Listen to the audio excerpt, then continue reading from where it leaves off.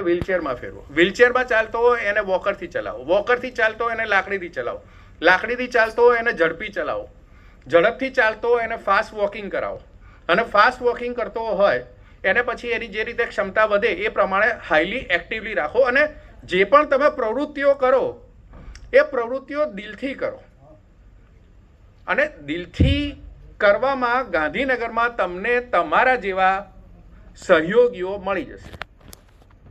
આ મારું આજે હવે જે સ્ટેટમેન્ટ કહું છું ને તમે લોકો લખી રાખજો.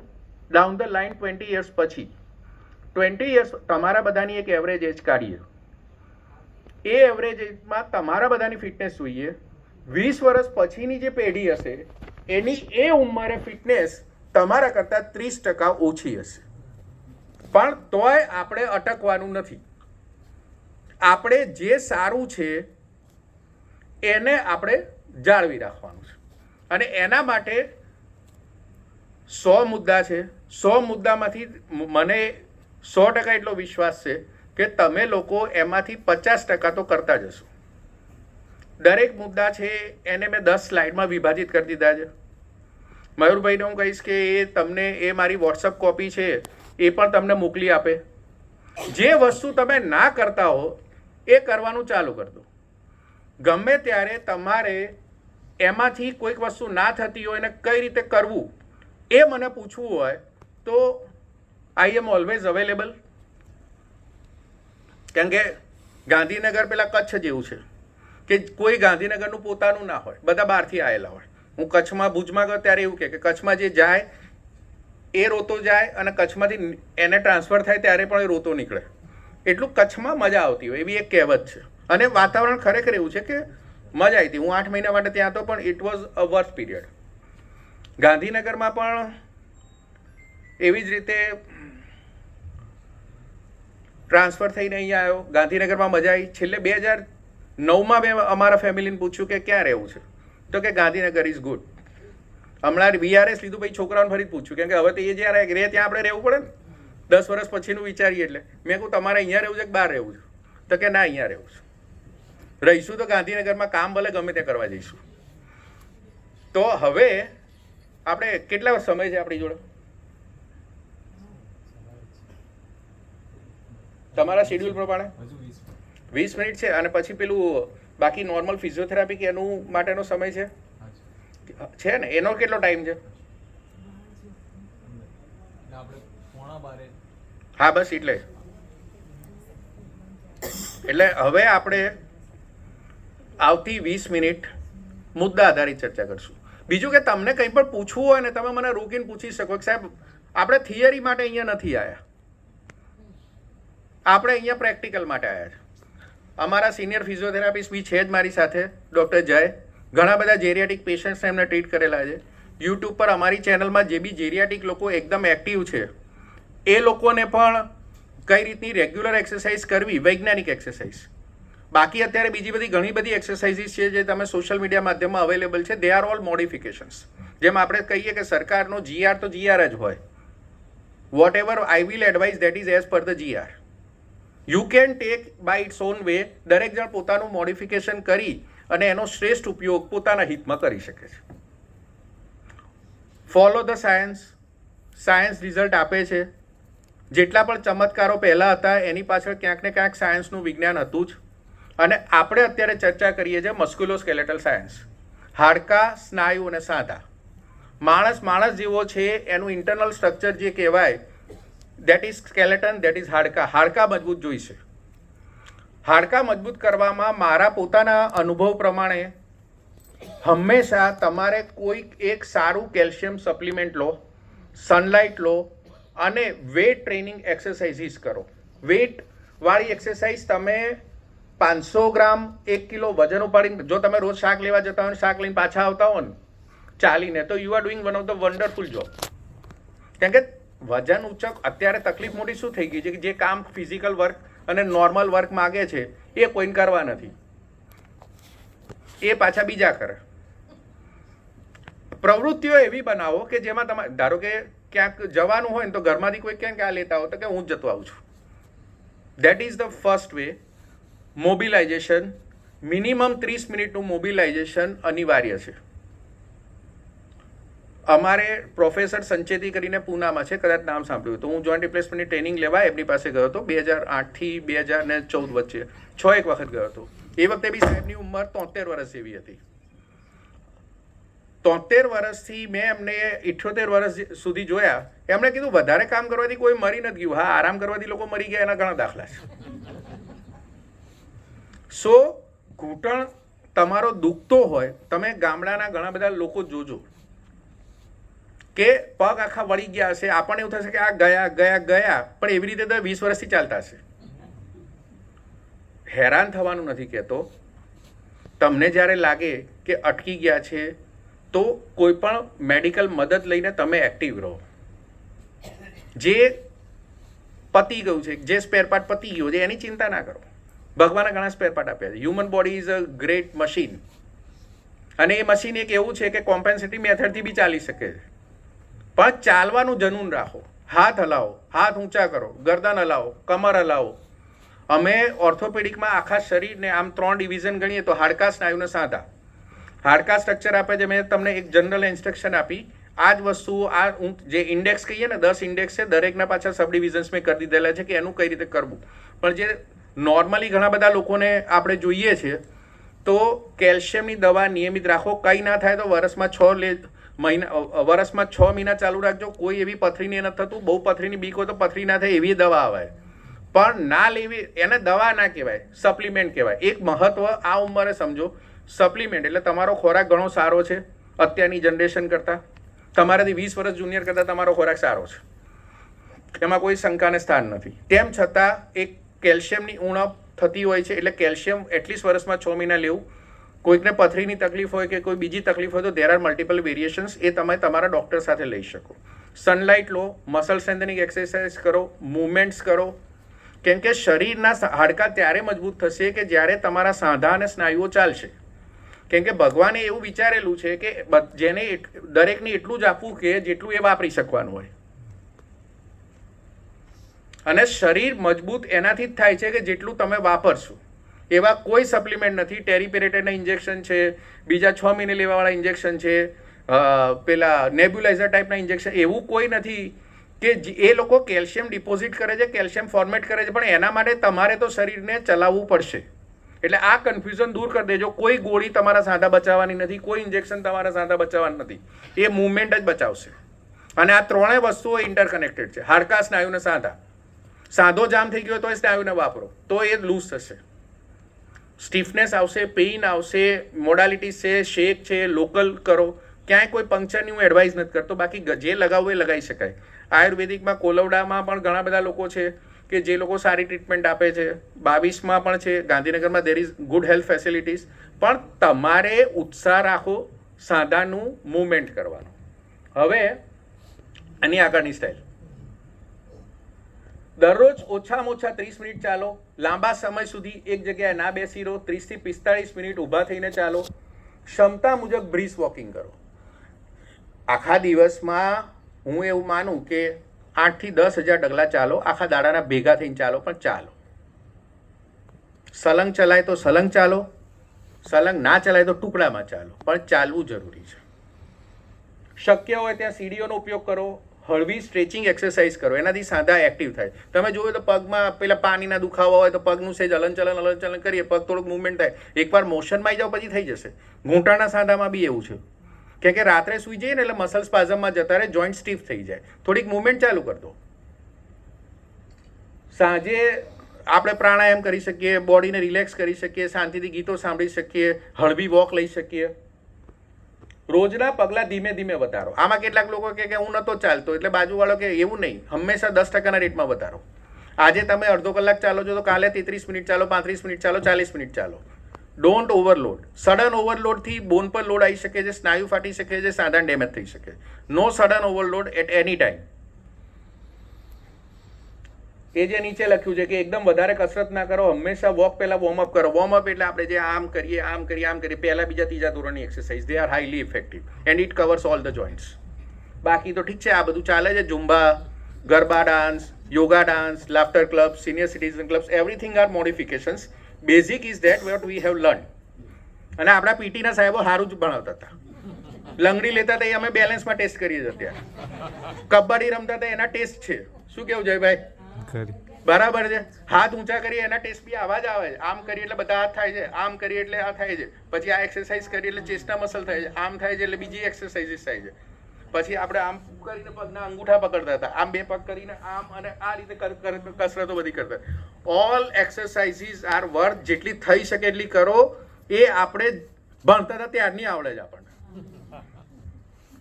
હું ખાલી એને વેલિડેટ કરું છું કે દે are highly effective, highly successful. એના વૈજ્ઞાનિક પુરાવા મારી અને જયભાઈ જોડે છે, મારી આખી ટીમ જોડે છે. વોટ એવર આઈ વિલ સે, એ દરેક વાક્ય ઉપર હું 1 કલાક ચર્ચા કરી શકું એટલો વૈજ્ઞાનિક મટીરિયલ મારી જોડે છે. જેને પણ કંઈ પણ કન્ફ્યુઝન હોય તે મને પૂછી શકે છે. પણ દે વેર ધ બેસ્ટ એક્સરસાઇઝીસ. આપણે દોડા કૂદતા હતા, આપણે ઝડપથી ચાલતા હતા, આઈસ પાઈસ રમતા હતા, આમ હાથ કરીને કરતા હતા. આ બધું કરો. ઘરમાં કઈ ના હોય તો ડાટ કે છોકરાએ રમવાનું એવું નહીં, આપણે ડાટ રમો ને. આમ બેલેન્સની એક્ટિવિટી આવશે, આઈનું વિઝન સુધરશે, આઈ એક્સરસાઇઝીસ થશે. ક્ષમતા પ્રમાણે એક્સરસાઇઝ ઇન્ટેન્સિટી રાખો. ઘરકામને એક્ટિવિટીનો ભાગ બનાવો. બગીચામાં કામ કરો પણ એમાં પડો નહીં. આમાં બગીચામાં એ થોડુંક જોખમી થઈ જાય. તમારા બેલેન્સ પ્રમાણે ચાલો. ચાલતી વખતે શરીરને સીધું રાખો. પોસ્ચર અગત્યનો છે. આમ કાકા વળી ચાલવાની જરૂર નહીં. થઈ ગયા હોઈએ તો સીધા થવાની કોશિશ કરો. એની એક્સરસાઇઝ જયભાઈ બતાવી દેશે. વધારે જેટલા થઈ ગયા એની ચિંતા ના કરો, વધારે ના વળો. અને જેટલા નથી વળ્યા એ તો શરીરને સીધું રાખીને જ ચાલો. આળસુ જીવનશૈલી નુકસાનકારક છે. ઉંમર વધે તેમ એક્સરસાઇઝ બંધ નહીં, ખાલી એનો પ્રકાર બદલો પણ કરો. થોડું ચાલવું પણ ના ચાલવા કરતાં સારું છે. અને મોશન એ જ જીવન છે. સાધાને સતત હલાવતા રહો, જેટલા હલે એટલા. ના મામા કરતા કાણો મામો સારો, ગુજરાતી કહેવત છે, ભૂલો નહીં. નેક્સ્ટ, અઠવાડિયામાં 2-3 દિવસ સ્ટ્રેન્થ ટ્રેનિંગ. સ્ટ્રેન્થ ટ્રેનિંગ એટલે ડમ્બેલથી કરો. 500 ml ડમ્બેલ ના હોય તો અમારા પેથોલોજીસ્ટ છે ડૉક્ટર પરાગીબેન, એ સવારના યોગાના ક્લાસીસ લે છે. નોર્મલી એમને પણ આમાં ઇન્ટરેસ્ટ છે, એટલે એ ડમ્બેલ્સની જગ્યાએ 1 લીટરની પાણીની બોટલ છે એનાથી એક્સરસાઇઝ કરાવે. Good exercises, do it. Quadriceps. હવે મસલ્સ, ક્વોડ્રીસેપ્સ મસલ એટલે તમે બેસીને ઊભા થાવ ને ઊભા થઈને બેસો, એના માટે ક્વોડ્રીસેપ્સ જોઈએ. જરૂર પડે તો એના વિડીયોઝ ને એ બધું જાય પછી આપણે શેર કરી દઈશું 1 વીકમાં. હેમસ્ટ્રિંગની એક્સરસાઇઝ કરો. આ પાછળના જે મસલ્સ છે એ બધી રેગ્યુલરલી કરવાની. પેલી જે એક્સરસાઇઝ મેં તમને પહેલા, બીજા, ત્રીજા ધોરણની કરશો એ કરશો એટલે મોટાભાગની વસ્તુઓ તો થશે. પેલા સૂર્ય નમસ્કાર જેના થતા હોય એ કરો. ઘણી વખત આપણે ગાર્ડનમાં પણ ઘણા બધા લોકો ઘણી બધી સરસ એક્ટિવિટીઝ કરે છે. Just continue that. એનાથી શું ફાયદા થાય છે એ રીતે આ સ્લાઇડને તમે જોશો તોય વાંધો નથી. તમારા ક્વોડ્રીસેપ્સ મજબૂત થશે, હેમસ્ટ્રિંગ મજબૂત થશે, હિપ મસલ્સ મજબૂત થશે, ગ્લુટિયાઈ મસલ્સ મજબૂત થશે, કાફ થશે અને કોર મસલ્સ થશે. કોર મસલ્સ એટલે કમરના મસલ્સ. ગયા વખતે ગાંધીનગરના જ મેં 6 કેસ જોયેલા છે 1 વર્ષમાં કે પથારીમાં સૂતા અને બેઠા હતા અને એમાં મણકાનું ફ્રેક્ચર થઈ જાય. એટલા માટે મેં પહેલાં કેલ્શિયમની કથા કરી, હવે મૂવમેન્ટની કથા કરું છું. અને બીજી વસ્તુ, આ વસ્તુના પુરાવા તમને તમારા સેક્ટરમાંથી આપી દઈશ. કોર મસલ્સ મજબૂત કરો એટલે હાડકા ઉપર, સ્નાયુ ઉપર લોડ ના પડે. સાંધાને જો ચલાવવા હશે, ઘૂંટણના સાંધાને, એન્કલના સાંધાને, હિપ જોઈન્ટને, તો હેમસ્ટ્રિંગ, ક્વોડ્સ, ગ્લુટિયા એ બધા મસલ્સ જોઈશે. એ કઈ રીતે મજબૂત કરવાના? ઘેર પગ પર થોડુંક વજન બાંધીને, કે થેરાબેન્ડ કે જે પ્લાસ્ટિકની કોથળી હોય કે થોડુંક વજન બાંધીને, કઈ રીતે આ બધી એક્સરસાઇઝ તમારે ઘેર જ કરવાની છે. એના માટે કોઈ દવાખાનામાં કે ફિઝિયોથેરાપી સેટઅપમાં જવાની જરૂર નથી. Make your group. ના થાય તો જાતે કરો. પેલું કહ્યા ને, એક દીપ સે જલે દૂસરા દીપ સે દીપ જલાતે રહો. આપણે કરો તો બીજાને કરવાની ઈચ્છા થશે. 2 ભેગા થાવ તો બાકીના 4 જણને કહો, પણ પહેલાં પોતે કરો. એવી જ રીતે ખભાના સ્નાયુની મૂવમેન્ટ થશે. હાથની ગ્રીપ મૂવમેન્ટ્સ કરો. ચેર પર બેસીને ઊભા થવાની એક્સરસાઇઝ કરો. દિવાલ ઉપર આમ ધક્કા મારો. રેઝિસ્ટન્સ બેન્ડ મેં જે કીધું થેરાબેન્ડ કે એ 50 રૂપિયાના આવતા હોય છે, પણ એ ચાલે છે સારા. અને તમે લોકો તો આખા તૂટી ના જાય ત્યાં સુધી વાપરશો. હળવા ડમ્બેલ્સથી અથવા તો પાણીનું જે બોટલ હોય એનાથી કરો. શરીરને વજનથી કરવામાં આવતી કસરત એટલે વેઇટ ટ્રેનિંગ. આપણે સૂતા સૂતા પગ ઊંચો કરીએ એને બોડી વેઇટ ટ્રેનિંગ્સ કહેવાય. દરેક રોટેશનમાં કરો. એક દાડો લોઅર લિમ્બની કરો, એક દાડો અપર લિમ્બની, એટલે નીચેના ભાગની, ઉપરના ભાગની, કમરની, એવી રીતે જીમની જેમ હોમ જીમ એક્સરસાઇઝીસ કરો. કસરતમાં ધીમે ધીમે વધારવાની. સ્ટ્રેન્થ અને એન્ડ્યોરન્સ એટલે એક વખત આમ હાથ કર્યો વજન કરીને પછી સેજ પકડી રાખવાનો, એને એન્ડ્યોરન્સ કહેવાય. એટલે લાંબા સમયની તાકાત. અને ઉંમર વધે તેમ મસલ સ્ટ્રેન્થ અગત્યની. નેક્સ્ટ, હવે હાડકાં મજબૂત રાખવા માટે મેં તમને કીધું એમ વેટ બેરિંગ એક્સરસાઇઝ કરો. વોકિંગ હાડકા માટે અગત્યનું છે. ક્ષમતા મુજબ stare climbing, calcium, vitamin D, સૂર્યપ્રકાશ, પ્રોટીન, ધૂમ્રપાન, આલ્કોહોલ તો તમને ખબર જ છે. ડાયટ ના કરો, એક્સરસાઇઝ કરો. ખાવાનું ઓછું ના કરો, પચાવવાની ક્ષમતા વધારો. અને જેટલું પચાવી શકો એટલું જ ખાઓ, પણ એ લઘુત્તમ મર્યાદાથી નીચે ના આવવું જોઈએ. આપણે લઘુત્તમ જીવન ધોરણ હોય છે ને, એવું આપણું લઘુત્તમ ફૂડ ઇન્ટેક હોય, એના નીચે ના જવાય. એ લઘુત્તમ ફૂડ ઇન્ટેક કરવો, એના કરતાં એક્સરસાઇઝ થોડીક વધારે દેવી, એટલે અસરકારક જમા ઉધાર સરખા થાય. બરાબર? કારણ કે આમાં ઘણી વખત છે ને લોકો ઊંધું લઈ લે છે, એટલે એમ નહીં. ઓસ્ટિયોપોરોસિસના જોખમ વિશે મેં તમને સમજાવી દીધું. બોન ડેન્સિટી કરી શકાય. જ્યારે પણ કેમ્પ હોય ત્યારે ગોઠવી દઈશું. આપણે ગોઠવવું હોય ત્યારે એક તારીખ નક્કી કરજો, હું કંપનીવાળાને કહી દઈશ, એ લોકો મશીન લેતા આવશે. વારંવાર ફ્રેક્ચર થાય તો અવગણના ના કરો. વારંવાર ફ્રેક્ચર થાય તો ટેરીપેરેટાઇટ કે એના ઇન્જેક્શન્સ અમે આપીએ છીએ, જેનાથી હાડકાં મજબૂત થાય. પણ એ જેને થતા હોય એને લોકોએ પડે જ નહીં ને તૂટે નહીં એના માટે લેવાની જરૂર નથી. એ ઇવેલ્યુએટ કરીને લો. આ તો અત્યારે એવું છે કે મારે તો ઘણા પેશન્ટ આવે, ની ઇન્જરી કહું કે 20 દાડા રાહ જુઓ કે સાહેબ પછી વર્ષ પછી કરાવવાનું થયું, તેના કરતાં અત્યારે કરી નાખો. મેં કહું તો કરી નાખું, કેમ કે એવા 5 પેશન્ટ બાજુમાં જઈને ઓપરેટ કરી આવે, એના કરતાં હું ક્યાં બેઠો છું? હું ઓપરેશન કરવા જ બેઠો છું. મારું કામ તમને સમજાવવાનું છે કે સ્ટેપ વાઇઝ જાઓ, કૂદકા ના મારો. પણ કોઈને કૂદકો મારવો હોય તો આઈ એમ અવેલેબલ વિથ ધી ટ્વીસ. કેમ કે એ તો ડૉક્ટર અને પેશન્ટ વચ્ચેનો સંવાદ છે. પેશન્ટની રિક્વાયરમેન્ટ અને વૈજ્ઞાનિક રીતે ખોટું ના હોય તો હું કરી શકું. ખાલી પણ મારે એને સમજાવવું પડે કે આઈડિયલી આના કરતાં તમને આમાં વધારે ફાયદો છે. આ કહે ને કે આ સ્ટોકમાં ના લગાવો, પણ કોઈકને જોખમ લેવું હોય તો એ શું કરે? સલાહ આપી શકે. બાકી જોખમ તો દરેકે લેવાનું. એટલે આવું ઘણી બધી વખત હોય છે. એટલે બેલેન્સ એપ્રોચ રાખો. પોસ્ટ મેનોપોઝલ ઓસ્ટિયોપોરોસિસ થાય એટલે હાડકાની વસ્તુ મેં તમને સરળ ભાષામાં સમજાવી દીધી. નેક્સ્ટ, હવે સાંધા સક્રિય અને લવચીક રાખો. આ ભાગ 4 છે. સાંધા દરેક જોઈન્ટમાં એન્કલ, પહેલા તો ફૂટ આવશે, આંગળા, પગના પંજા હોય ને, પગના પંજા આમ કરો. કોણે કરે? કોઈ નહીં કરે. આમ કરો, આમ ફેરવો, અહીંયાથી ABC કરો, પછી ઘૂંટણ કરો, થાપો કરો, કમર આવે, કમરનું બેન્ડિંગ કરો, કમરનું આમ રોટેશન કરો, કમરની એક્સટેન્શન એક્સરસાઇઝીસ કરો, જેટલી થઈ શકતી હોય એટલી. એના પછી ખભા આવે. હવે એક વસ્તુ તમે લોકો ભૂલી જાઓ છો, એ બ્રીથિંગ એક્સરસાઇઝ. બ્રીથિંગથી પણ ઘણા બધા ઇન્ટરનલ મજબૂત થાય છે. પ્રાણાયામ ઇઝ વેરી ગુડ થિંગ. જે ફાવે એવા કરો, પણ કરો. કંઈ ના થાય તો બ્રીથ લો, હોલ્ડ કરો, ધીમેથી કરો. કોરોના વખતે તો આપણને બધાને કમ્પલસરી આદત પાડી દીધેલી, એ હવે કરાય. પેલા 3 બલૂન હોય, બધાએ ફૂંક મારીને બધા 3 ગોળા ઉપર ચડાયેલા જ હશે કે બલૂનની કોથળી ફૂલાયેલી જશે. એ કરો, એનાથી ફેફસા મજબૂત થશે, ઓક્સિજન જોઈશે. બીજું કે સ્નાયુઓ મજબૂત થશે, બેક પેઇન ઓછું થશે, હાડકા એનાથી પણ મજબૂત થાય છે. કેમ કે ઇન્ટરનલ મસ્ક્યુલર સ્ટ્રક્ચર્સ છે, ડાયાફ્રામ, ઇલિયોસુઆસ, ચેસ્ટના muscles, they are very essential. એના પછી ખભા આવશે, પછી ગરદન આવશે.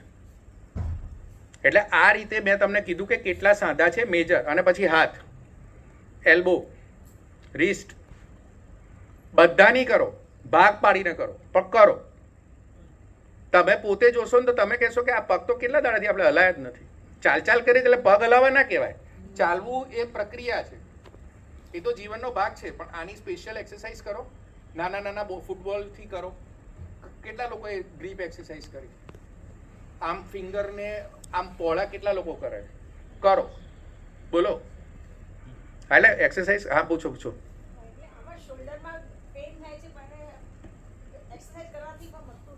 એટલે શોલ્ડરમાં પેઇન થાય ને એના ઘણા બધા રીઝન્સ હોય છે. પહેલી વસ્તુ કે તમારા રોટેટર કફ્સ વીક થઈ શકે. પણ મોટાભાગના લોકોને છે ને આ જે મસલ્સ કહેવાય ને શોલ્ડરના એક્સટર્નલ મસલ્સ, એ બહુ વીક હોય છે. ઘણી વખત શરીર આમ હોય એટલે હાથ આખો આમ નમેલો, એનો ઓવરલોડ હોય. એટલે અમે પહેલાં છે ને જેમ કોર મસલની એક્સરસાઇઝ કરીએ એમ અપર કોર એક્સરસાઇઝ કરીએ. એના પછી શોલ્ડરની રેન્જો, જ્યારે પણ સ્નાયુ દુખતો હોય ને ત્યારે તરત સ્ટ્રેન્થ એક્સરસાઇઝ નહીં કરવાની. ત્યારે સૂતા અને તમારે ખભો દુખતો હોય તો અગેન્સ્ટ ગ્રેવિટી ના કરો, બેડમાં સૂતા હાથની મૂવમેન્ટ કરો. મૂવમેન્ટ કરશો એ થશે. અને પછી અત્યારના જમાનામાં MRI બહુ કોમન છે, જરૂર પડે તો MRI કરાવી દેવાનું. પાર્શિયલ ટેર હોય રોટેટર કફની તો એ ઓપરેશન વગર મટે છે. ગાંધીનગરમાં એવા લગભગ 50 જણ છે, તમને કરી આપીશ. કેમ કે આ બધા ફિયર હોય છે બધા મગજમાં કે સ્નાયુ ફાટી ગયો તો શું કરવાનું. એટલે કહેવાનું મતલબ કે અત્યારે પહેલાં મૂવમેન્ટ કરો. એમાં પહેલાં આમ પોસ્ચર કરેક્શન અથવા તો આ ખભાને આમ મજબૂત કરો, ટટ્ટાર બેસો. એટલે ખભાને ઉપર લોડ ઓછો, કાનની નીચે ખભો આવવો જોઈએ. આમ વ્યૂ બાજુમાં જો, કોઈને ક્યાં સાઈડમાં જ ફોટો પાડ. પોસ્ચર કરેક્ટ કરો, શોલ્ડરની મૂવમેન્ટ પાછી લાવો, પછી બી જો ના મળે તો મને કહેજો, તો આપણે એમઆરઆઈ કરીને બીજા ઇન્ટરનલ સ્ટ્રક્ચર બી જોઈ લઈશું. પણ મેં હમણાં કીધું ને કે કેટલાક વસ્તુઓ નહીં ચાલે. શરીર છે થોડુંક ઘસાય, કેટલાક ભાગ વધારે ઘસાય, પણ એને અટકાઈ નહીં દેવાનો, કરવાની તો ખરી જ. વજન નહીં ઉપાડવાનું, ખાલી જે ભાગ નબળો એના પર વજન ના આપો. ઘણા લોકો શું કરે છે કે આ પગ વાળવા માટે દંડ બેઠક કરશે, આમ ઉઠબેસ કરશે, આપણે મુર્ગો બનાવતા હતા, એવું બધું નહીં કરવાનું. એ સૂતા સૂતા પગ તો તમે વાળી શકો છો.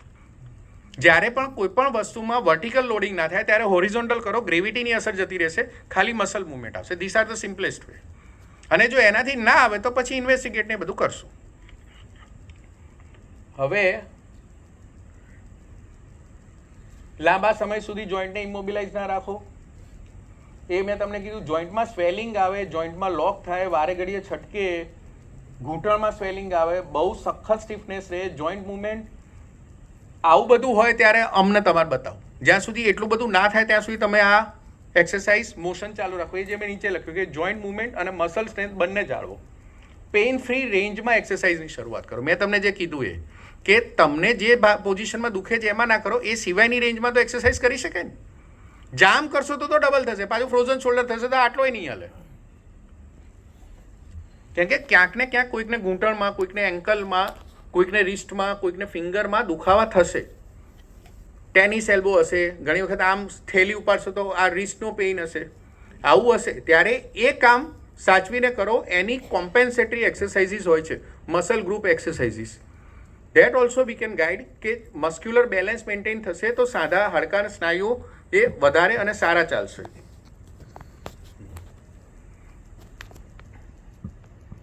હવે જોઈન્ટની આસપાસના મસલ્સ મજબૂત કરો. યોગ્ય બાયોમિકેનિક્સ, મેં જે તમને પોસ્ચર કીધું, જે પ્રેક્ટિકલ એક્સરસાઇઝ, સીધા રહો, ખભો સીધો રાખો, ગરદન સીધી રાખો. આમ ઘણા લોકો આમ બેસશે ને સોફા પર તો આમ પગ લટકતા રાખશે. અમારે જોઈન્ટ રિપ્લેસમેન્ટ અમે કરીએ ને પછી લોકોને ખબર નહીં કેમ આદત હોય છે, આમ આમ આમ આમ હલાય કરશે. અમે એમને કહીએ જોઈન્ટની આખી ફૂલ રેન્જ હો, આખો પગ સીધો કરો, આખો પગ વાળો, પગને આમ લટકતા રાખીને આમ આમ આમ કરીએ, એનાથી જોઈન્ટની કોઈ એક્સરસાઇઝ નથી થતી. That is a myth. આવું બધું ઘણા લોકોને હોય છે. ખભામાં દુખતો ને તો વારે ઘડે ખભો આમ આમ કરશે. એના કરતાં સવાર બપોર સાંજ વૈજ્ઞાનિક કસરત કરો, એના ફાયદા વધારે મળશે તમને. રોંગ પેટર્ન ઓફ એક્સરસાઇઝ, એક્સરસાઇઝનું પોતે એક ફોર્મ હોય છે, પોતે એક પ્રકાર હોય છે. Wrong pattern of exercise is also harmful. એને પેલું એ કહેવાય ઓબ્સેસિવ કમ્પલ્સિવ ડિસઓર્ડર. સહેજ આપણું ધ્યાન જાય ને કે સાલું કમર દુખે છે એટલે આમ મચડશે, આમ મચડશે, આમ મચડશે. એના કરતાં વૈજ્ઞાનિક રીતે કરો. આઈડિયલ ફોર્મેટ ઇઝ અગત્યનું છે ને, એ કન્વેન્શનલ ફોર્મેટ છે. 90% લોકોને ખ્યાલ જ હોય છે. અને કદાચ કોઈકને કન્ફ્યુઝન હોય તો તમે તમારા વિડીયો મોકલજો કે મને ખભામાં આ છે ને હું આવું કરું છું, તો અમે તમને એ એક્સરસાઇઝ સુધારી અને દેટ વી કેન કોમ્યુનિકેટ કે આવી નહીં, આવી રીતે એક્સરસાઇઝ કરો. એ માર્ગદર્શન ગમે ત્યારે તમે કહેશો એટલે આપી દઈશું. ધારો કે કોઈકને એવું હોય કે સાહેબ આટલી કસરત કરું છું, વિડીયો બનાવીને મોકલી દો. છોકરાને કે છોકરાને કહી દો એક વિડીયો બનાવી મારો, અમે વિડીયો એનાલિસિસ કરીએ છીએ. એ કરીને કહીશું કે આ ના કરો, આમાં કદાચ નુકસાન થશે. દેટ અમે ઘણા બધા લોકોને કરીએ. ગાંધીનગરમાં શું મારા કોન્ટેક્ટમાં બી એટલા બધા લોકો, એટલે ગમે ત્યારે નાનું હોય ત્યારે હું કોઈ વિડીયો બનાવીને મોકલું, હું સુધારીને મોકલી દઈશ. આવી નાની નાની વસ્તુ માટે તમારે ખોટું દોડવાની જરૂર નથી. અને again that I am offering to you. તમને ક્યારેય બી એવું લાગે કે હું આવું કરું છું તો મને મોકલી દો એ વિડીયો, અમે એસેસ કરીને 48 અવર્સમાં રિપ્લાય કરી દઈશું. પણ પ્રોપર એક્સરસાઇઝ કરો. અને સક્રિય સાંધા માટે નિયમિત મુવમેન્ટ એ અનિવાર્ય છે. સાંધા ચલાવવા તો પડે જ, નહીં તો જામ થઈ જાય. નેક્સ્ટ, સંતુલન અને પડવાથી બચાવ. આ બહુ અગત્યનું. મેં બગીચા વખતે કીધું હતું કે એક પગ પર ઊભા રહો, તમે કેટલા મજબૂત છો એ જુઓ. ના હોય તો ઉબડખાબડ સરફેસ પર ના જજો, ટાઇલ્સમાં ના. મોટાભાગના લોકો એમાં પડે. બીજી વસ્તુ કે બાથરૂમ એકદમ ચોખ્ખો રાખો. પ્રિવેન્શન ઓફ ફોલ્સ એ પાછું અગત્યનું છે. કોઈક દાડો તક મળશે તો એના વિશે બી ચર્ચા કરશું. પણ બેલેન્સ એક્સરસાઇઝીસ કરો. એક પગ પર ઊભા રહો, આમ સાઈડ ટુ સાઈડ મુવમેન્ટ કરો. કે ઘણી વખત આપણે આમ સીધા જ ચાલીએ, આમ સાઈડ ટુ સાઈડ ચાલવાનું તો બંધ જ કર્યું. નાના હતા ત્યારે ચાલતા હતા, એક પગ પર આમ ઊભા રહીને લંગડી લેતા હતા. કંઈ ના થાય તો આમ ઊભા રહો, દિવાલની જોડે ઊભા રહો, પણ પગનું બેલેન્સ અને સ્ટ્રેન્થ તમે મેન્ટેન કરો. આ વસ્તુ બહુ અગત્યની છે. એને કહેવાય બેલેન્સ, જેથી તમે પડો નહીં. કેમ કે પડશો તો તૂટશે, એટલે પડાય નહીં એના પ્રયત્નો કરો. એના માટે શરીરના બધા સાંધાની મૂવમેન્ટ અગત્યની છે. આ બેલેન્સ બી મેં તમને કીધું આ કેમ કે એ બેલેન્સ આવે જ્યારે તમે અનઇવન થાવ ત્યારે એક હાથને જે હોય સેન્ટર ઓફ માસ વચ્ચે લાવે. એના માટે આ હાથ તો હલવા જોઈએ ને. માણસો પડે કેમ ખબર છે? બાથરૂમમાં જાય, સેજ ચીકણું હોય, અનસ્ટેબલ થઈ જાય. પણ એ વખતે સપોર્ટમાં જે હાથ આવવો જોઈએ ને હાથ ના આવે, કેમ કે હાથની તો કસરત જ ના કરી હોય આપણે. હાથ હોય તો ક્યાંક દિવાલ હાથમાં આવી જાય, ક્યાંક દંડો હાથમાં આવી જાય, અથવા તો જમીન ઉપર પડીએ તો ઓછું વાગે. તમે સમજ્યા ને મારી વસ્તુ? એટલે બેલેન્સ ટ્રેનિંગ બહુ અગત્યની છે. એ બેલેન્સ ટ્રેનિંગ કરાય. ઉબડખાબડ સરફેસ પર ચાલો, ઢાળ ઉપર ચાલો, ઉતરો, આમ ઉબડખાબડ સરફેસ પર સાચવીને ચાલો. બગીચામાં જાઓ તો બગીચામાં શાંતિથી ચાલો, નીચે જોઈને ચાલો, વાતો કરો. જે એરિયા તમને ખબર હોય બરાબર છે, એ સિવાય થોડાક ઉબડખાબડ રસ્તા ઉપર ચાલવાની પ્રેક્ટિસ કરો, પણ સાચવીને કરો. જોડે એક જણને લઈને કરો, અથવા તો હાથમાં લાકડી કેવું કંઈક રાખો, એટલે પડી જાઓ તો કે પડવા જેવું થાય તો તમે તમારી જાતને સંભાળી શકો. કેમ કે પ્રેક્ટિસ તો કરવી જ પડશે. પ્રેક્ટિસ મેક્સ મેન પરફેક્ટ, આ કહેવતો છે જે યુગોથી સાચી જ છે.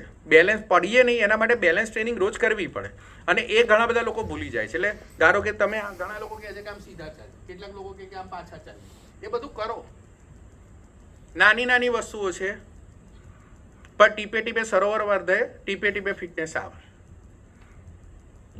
હવે પડાય નહીં એના માટે સપોર્ટ, સિંગલ લેગ સ્ટેન્ડિંગ મેં કીધું, ટો વોકિંગ મેં સમજાવ્યું, પગના સ્નાયુઓનું કીધું, પૂરતો પ્રકાશ રાખો, એન્ટી સ્લીપ ફ્લોરિંગ રાખો, ક્યાંય ઢીલું વસ્તુ હોય તો કાઢ નાખો, સીડીઓ પાસે હેન્ડલ રાખો, રાત્રે બાથરૂમ જવામાં લાઇટ નખાઈ દો. એ 2000 ઘણા લોકોને શું થાય કે એક લાઇટ બળે એના બિલની ચિંતા, એટલે પણ પડ્યા પછી તો એ બધું થઈ જશે. એના કરતાં જે કરાયું, જે કહું છું એ કરાવો ને, પણ એમાં કોઈ મોટા આ બધા મોડિફિકેશન્સ તમે તમારા રૂમમાં, તમારે ચાલવાનું કેટલું હોય, 2 રૂમ ને બાથરૂમ, જીવન કેટલું હોય? ઘણીવાર 90% લોકોનું જીવન એ હોય છે, એક્ટિવ હોય કે ઇનએક્ટિવ હોય. એનો પોતાનો બેસવાની જગ્યા, સુવાની જગ્યા અને વોશરૂમ. એ સિવાય આપણે, અને ફિમેલ્સને બધી ઘણી જફા હોય, મેલ્સની આ તો હું વાત કરું. એ લોકોને બધું જોવાનું હોય, ધાબુ જોવાનું હોય, નીચે જોવાનું હોય, બહાર જોવાનું હોય, પાછળ જોવાનું હોય. પણ અમારા મેલ્સમાં તો મોટે ભાગે લોકો જીવન આટલું જ ચાલતું હોય. અને જે લોકો નથી એવી રીતે ચલાવતા એ લોકો ઘણા સારા છે, પણ હું એટલો સારો નહીં. એટલે આવું હશે, પણ કહેવાનો મારો મતલબ એ કે તમારો જવાનો રસ્તો ખુલ્લો રાખો, લાઇટ ચાલુ રાખો, હંમેશા લાઇટ કરો. લાઇટ ક્યાંક ચાલુ રહી જાય ચિંતા ના કરો, પણ પડશો તો વધારે તકલીફ થશે. આમાં એવું છે કે રોગ વધારે નુકસાનકારક છે. રોગ અટકાવવાના પગલાં સહેજ એ લાગે એ બધા ચેન્જીસ કરાવી દો ઘરમાં. સાંભળવાની ક્ષમતાનો ઘટાડો પણ બેલેન્સને અસર કરે, કેમ કે ઓડિટરી મિએટસ હોય છે, પણ એના માટે પ્રાણાયામની બધી એક્સરસાઇઝીસ અને પેલું જે મશીન છે એ બધું કરી શકાય. દવાઓથી કોઈ ચક્કર આવતા તો ડૉક્ટરને પૂછો કે સાહેબ ઓછા ચક્કરવાળી દવા છે કે નહીં. ઝડપથી ઊભા, રઘવાટ ના કરો. જીવનમાં કશું લૂંટાવાનું નહીં. એટલે આમાં એવું છે કે રઘવાટ કરશો તો કરશો. મારી મમ્મીને કહું આમ પાણી ચકલી તો એક ઝાટકામાં ઊભી થશે. મેં કહું બાપા આમાં મને કંઈક થશે, કેમ કે હું તો રોજ દુકાન પડતા જોતો હોઉં. તમે કહું આ પડશે તો શું થશે? પણ સ્વભાવ છે, બદલતા વાર લાગશે, પણ બદલો. અંધારામાં ચાલવાનું ટાળો, અને ફૂલ પ્રિવેન્શન, અધૂરું પા ના કરો. ના કરતા હોય તો કરો, પણ ટાર્ગેટ એવો રાખો કે બધું કરો. નેક્સ્ટ, યોગ્ય પોષણ. ભોજનમાં પ્રોટીન, એ તો ખાવામાં મેં તમને કીધું છે, ફટાફટ વાંચી જાઉં છું. દરેક ભોજનમાં પ્રોટીન, દૂધ, દહીં, પનીર, કઠોળ, દાળ, પગ, ચણા, રાજમા, ઈંડા જેને ફાવતા હોય એને, માછલી જેને ફાવતા હોય એને, લીલા આમાં એવું છે કે એ બધી એસેન્શિયલ વસ્તુ નથી. નોનવેજ, ઈંડા, એ બધું કોઈ એસેન્શિયલ વસ્તુ નથી. Food is good. કોઈ લેતા હોય તો એ ખોટું નહીં કરતા, એ એમની ઈચ્છાનો પ્રશ્ન છે. ઋતુ પ્રમાણેના ફૂડ, વેજીટેબલ્સ, આખા અનાજ, રિફાઇન્ડ સુગર એટલે ખાંડની જગ્યાએ ગોળને એનો ઉપયોગ કરો. પ્રોસેસ ફૂડ ઘટાડો, ટ્રાન્સ